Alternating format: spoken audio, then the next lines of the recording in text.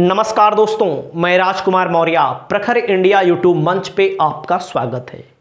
इस वीडियो में बात करने जा रहे हैं लोकसभा सीट गाजीपुर की, उत्तर प्रदेश की महत्वपूर्ण सीट, जिस सीट पर नज़र है उत्तर प्रदेश के मुख्यमंत्री, देश के प्रधानमंत्री और भारतीय जनता पार्टी के चाणक्य की कि इस 2024 के चुनाव में इस सीट को सपा बसपा से, कांग्रेस से छीनना है। एक तरफ भारतीय जनता पार्टी का दावा है कि अब की बार उत्तर प्रदेश में 80 की 80 लोकसभा सीट जीत लेंगे। दूसरी तरफ इंडिया गठबंधन, जहां पर यह अनुमान लगाया जा रहा है मायावती इंडिया गठबंधन में आ सकती हैं, लगातार इशारे मिल रहे हैं, संकेत मिल रहे हैं। वहीं पर हम बात करेंगे गाजीपुर लोकसभा सीट का राजनीतिक समीकरण क्या कहता है पिछले कुछ हाल चुनाव में, और जातीय समीकरण क्या कहता है, विधानसभा के चुनाव का समीकरण क्या कहता है। तो पूरी वीडियो में बने रहिए। चैनल पर पहली बार आए हैं तो चैनल को सब्सक्राइब करके अपनी राय और दे करके जरूर हमको अवगत कराइए आपको इसके बारे में क्या जानकारी है। तो सबसे पहली बात हम करते हैं लोकसभा चुनाव 2014 की। लोकसभा चुनाव 2014 में गाजीपुर सीट से त्रिकोणीय मुकाबला था, या कहें चार मेन पार्टियां अलग अलग चुनाव लड़ रही थी। पहले नंबर पे भारतीय जनता पार्टी, मनोज सिन्हा यहां पर चुनाव जीतते हैं। यहां पर समाजवादी पार्टी दूसरे नंबर पर थी, तीसरे नंबर पर बसपा थी और चौथे नंबर पर कांग्रेस पार्टी थी। तो पहली बात, 2014 में मनोज सिन्हा जब चुनाव जीतते हैं तो कैबिनेट मंत्री बन जाते हैं। वहीं पर बात करते हैं दूसरे नंबर पर जो कैंडिडेट थी 2014 में, शिव कन्या कुशवाहा। शिव कन्या कुशवाहा जो कैंडिडेट थी वो समाजवादी पार्टी की तरफ से कैंडिडेट थी। शिव कन्या कुशवाहा कौन है, इनके बारे में आपको मैं बता दूं। शिव कन्या कुशवाहा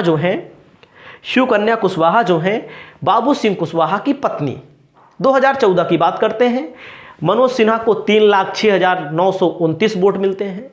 शिव कन्या कुशवाहा को 2,74,477 वोट मिलते हैं और यहीं पर बीएसपी को 2,41,645 वोट मिलते हैं। 2014 की बात है। चलिए, 2014 में प्रचंड बहुमत की सरकार बनती है, पूर्ण बहुमत की सरकार, नरेंद्र मोदी प्रधानमंत्री बनते हैं और मनोज सिन्हा को एक महत्वपूर्ण केंद्रीय मंत्री बनाया जाता है। उसके बाद 2014 के बाद 2017 का चुनाव होता है।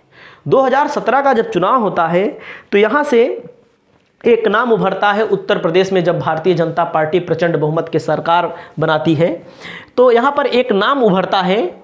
किसका नाम उभरता है? वो नाम उभरता है मनोज सिन्हा का मुख्यमंत्री बनाने के लिए। मनोज सिन्हा का नाम उभरता है मुख्यमंत्री बनाने के लिए। बहरहाल मुख्यमंत्री नहीं बनाए जाते। फिर 2019 का चुनाव होता है। 2019 का जब चुनाव होता है तो सपा और बसपा गठबंधन में आते हैं साथ में। वहीं पर समाजवादी पार्टी और बसपा की तरफ से चुनाव लड़ते हैं अफजाल अंसारी परिवार, जो 2004 से लेकर 2009 तक यहाँ के सांसद रहे हैं पहले भी। उसके बाद 14 में चुनाव हार जाते हैं। उसके बाद 2019 के चुनाव में चुनाव जीतते हैं। तो यहाँ पर मनोज सिन्हा को हार होती है।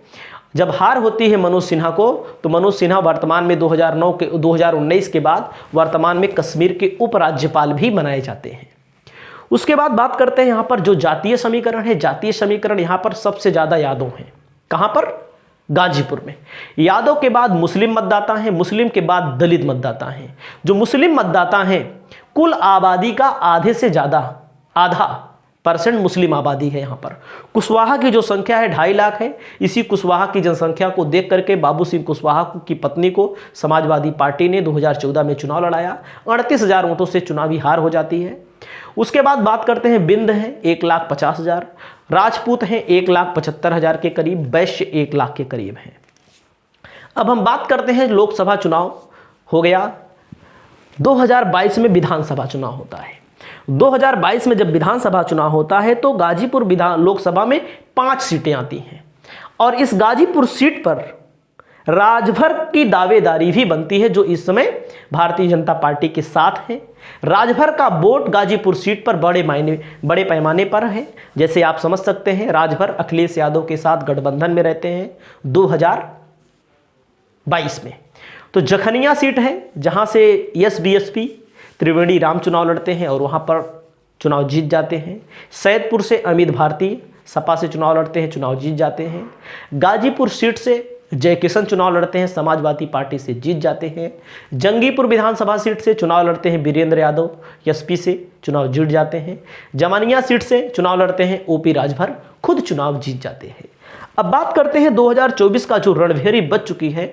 यहाँ पर एक तरफ राम मंदिर का शोर दिखाई दे रहा है, एक तरफ हिंदू मुस्लिम का ध्रुवीकरण आपको दिखाई देगा बहुत तेजी के साथ। भारतीय जनता पार्टी के नेता इसमें लगे ही रहते हैं 24 घंटे।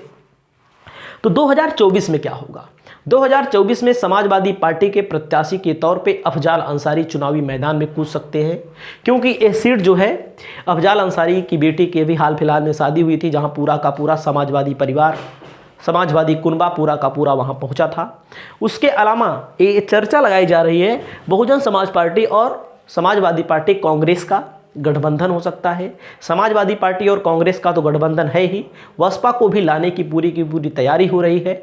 अगर बसपा भी साथ में आती है तो एक बार फिर से गाजीपुर लोकसभा सीट भाजपा के हाथ से निकल जाएगी और इंडिया गठबंधन के पाले में चली जाएगी। क्योंकि 2022 का जो चुनाव दिखा रहा है, 2022 का विधानसभा चुनाव, पांचों की पांचों सीटें समाजवादी पार्टी गठबंधन को मिलती हैं।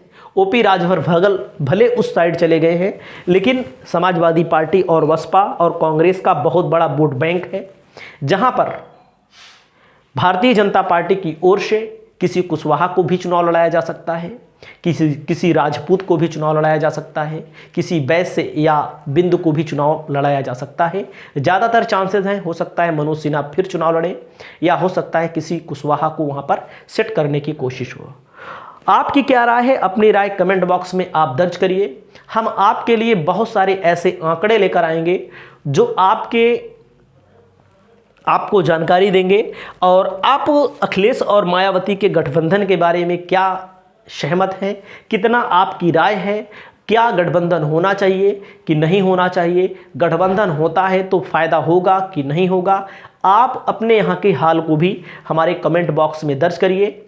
आपके लिए लगातार हम एक अच्छी न्यूज़ लेकर आएंगे। इसमें जो मैंने बताया गाजीपुर लोकसभा सीट, एकदम सत्यता के साथ एक एक आंकड़े मैंने रखा, 2014 का चाहे हो, चाहे 2019 का हो, चाहे जातीय समीकरण हो, जातीय समीकरण में चाहे कुशवाहा, राजपूत, वैश्य, जातीय समीकरण में लगभग जातियां आती हैं, जो लगभग में होता है क्योंकि 2011 के बाद कोई जनगणना नहीं हुई है। जातीय जनगणना के लिए लगातार मुद्दे उठाए जा रहे हैं। बिहार में जातीय जनगणना हो चुकी, उत्तर प्रदेश में जातीय जनगणना के लिए मुद्दे उठाए जा रहे हैं समाजवादी पार्टी के लिए की ओर से, और राजभर भी उठाते रहते हैं मुद्दा, लेकिन राजभर इस समय दूसरी पार्टी में चले गए हैं, तो वहाँ पर उनको मंत्री बनाए जाने की क्या संभावना है, इस पर अपनी राय व्यक्त करिए। नमस्कार, जय हिंद, जय भारत।